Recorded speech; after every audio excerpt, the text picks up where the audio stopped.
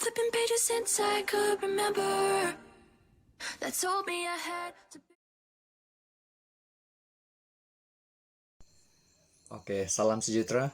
Nama saya Florian Maurice Duanis. Nomor metrik saya adalah D2018 2085 133 dan saya dari grup B yaitu HNF 3012. Baiklah, sebelum kita belajar lebih mendalam berkaitan dengan teori paradigmatik dan juga performatif ini, lebih bagus kita mengenali terlebih dahulu apa itu kebenaran ilmu dan juga teori, begitu juga dengan pengenalan berkaitan dengan teori paradigmatik dan juga teori performatif. Saya akan membaca terlebih dahulu pengenalan berkaitan apa itu kebenaran ilmu, apa itu teori paradigmatik, dan juga apa itu teori performatif. Oke, di sini saya akan baca apa itu kebenaran ilmu. Nilai utama dalam kehidupan manusia itu adalah kebenaran ilmu. Terdapat pelbagai bentuk kebenaran yang terdiri daripada kebenaran relatif, kebenaran mutlak, kebenaran ilahi, kebenaran khusus, individual, dan universal. Dan antara contoh teori kebenaran ialah teori kebenaran konsistensi, teori keteguhan, teori kebenaran struktural paradigmatik, dan teori performatif. Dan seperti yang kita dapat lihat, dua teori yang terakhir adalah teori yang kita akan belajar pada hari ini. Baiklah, kita juga perlu tahu apa itu teori. Dalam Dewan Bahasa dan Pustaka 2017 mengatakan, teori adalah pendapat yang bersifat pandangan yang tidak dapat dibuktikan dengan kukuh, yang dikemukakan oleh para ilmuwan untuk menerangkan sesuatu perkara, khususnya mengenai kehidupan pada masa prasejarah. Dan juga teori boleh diklasifikasikan sebagai prinsip-prinsip am atau asas-asas menjadi dasar pembentukan dan juga perkembangan sesuatu pengetahuan. Baiklah, kita pergi kepada teori kebenaran struktural paradigmatik pula. Apa ini teori struktural paradigmatik? Teori ini adalah suatu kebenaran berlandaskan kepada paradigma dan perspektif tertentu, dan dipegang oleh satu kumpulan ilmuwan yang meyakinkan dan diterima oleh a priori. Dan begitu juga dengan teori performatif ini. Teori performatif adalah suatu kebenaran yang diputuskan oleh pemegang authority atau pihak berkuasa tertentu bagi mengawal sesuatu tindakan atau sistem agar lebih seragam. Baiklah, kita akan pergi kepada teori kebenaran struktural paradigmatik.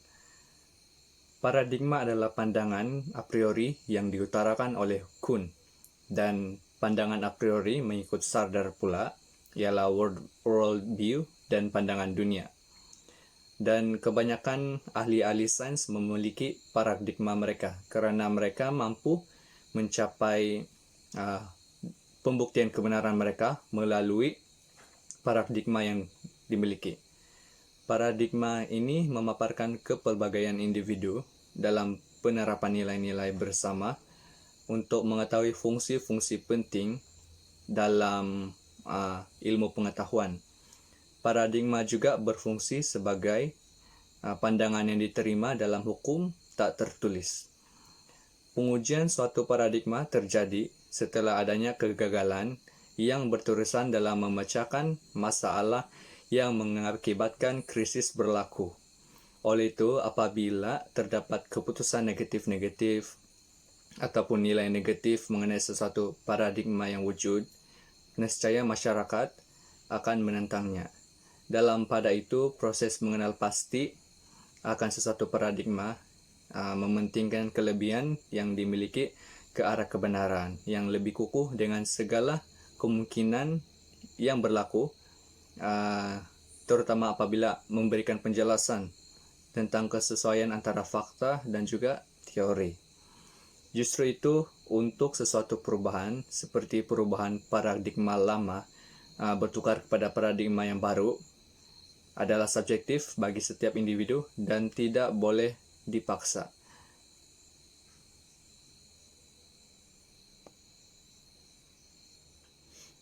Baiklah, bagaimana pula dengan teori performatif? Apa ini teori performatif? Jadi di sini mengatakan pemegang otoriti teori performatif ini adalah seperti Perdana Menteri, pemimpin agama, pemimpin adat, dan juga ketua kampung. Dan di situ kita dapat lihat bahwa ia sangat berbeza dengan teori struktural paradigmatik, di mana orang-orang untuk di situ adalah orang-orang yang ilmuwan sains. Dan di sini adalah lebih kepada orang-orang yang mempunyai kedudukan hierarki yang tinggi di bagian tertentu. Di sini mengatakan apabila teori ini dipraktikkan dalam kehidupan, pastinya kehidupan sosial, khususnya masyarakat, akan lebih harmoni karena adanya keseragaman. Keseragaman itu penting dalam teori performatif ini dalam pentadbiran negara. Dan ianya juga dapat membawa kepada kehidupan sosial yang rukun, kehidupan beragama yang lebih tertib, adat yang stabil, dan sebagainya. Antara contoh situasi yang memaparkan ciri-ciri teori ini ialah pelaksanaan perintah berkurung. Macam sekarang PKP ini oleh kerajaan ini yang disebabkan oleh COVID-19 ini. Dan itu adalah salah satu perkara yang dapat membantu untuk menyeragamkan masyarakat punya pergerakan agar semua ini berjalan dengan lancar dan juga tidak huru-hara. Dan semua masyarakat, sama ada warga negara ataupun bukan warga negara, perlu akur melaksanakan perintah tersebut karena perintah berhak mengenakan tindakan ke atas individu yang ingkar. Nah, dan juga bukan itu saja, contoh yang seterusnya ialah pelaksanaan penetapan 1 Syawal. Juga antara bukti-bukti teori kebenaran performatif dilaksanakan di negara ini. Dan ciri-ciri masyarakat yang terlibat dengan teori kebenaran ini kebiasaannya kurang inisiatif, bersikap fanatik, dan tidak berpikiran kritis. Baiklah, kita akan pergi pula kepada bagian perbandingan.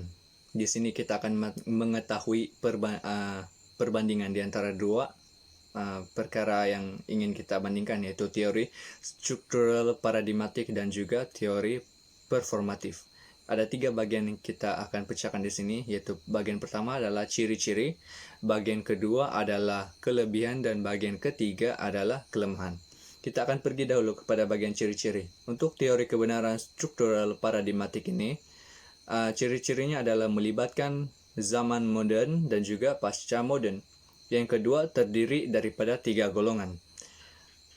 Kita pergi pula kepada bagian ciri-ciri teori performatif.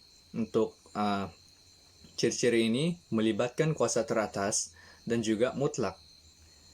Dan apa kelebihan untuk teori struktural paradigmatik ini? Kelebihannya adalah paradigma yang diutamakan oleh para ilmuwan dan kesahihan lebih tepat. Kita pergi kepada kelebihan untuk teori performatif pula. Kelebihannya adalah negara akan lebih harmoni sebab akan seragam, macam tu. Dan juga kerukunan masyarakat tinggi. Itulah kepentingan ataupun kelebihan teori performatif ini. Kita pergi pula kepada perbandingan yang terakhir, yaitu kelemahan.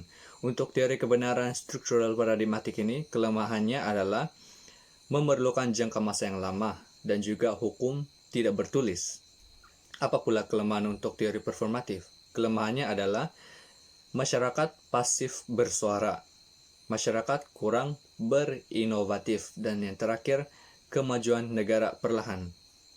Nah, itulah perbandingan untuk kedua teori ini.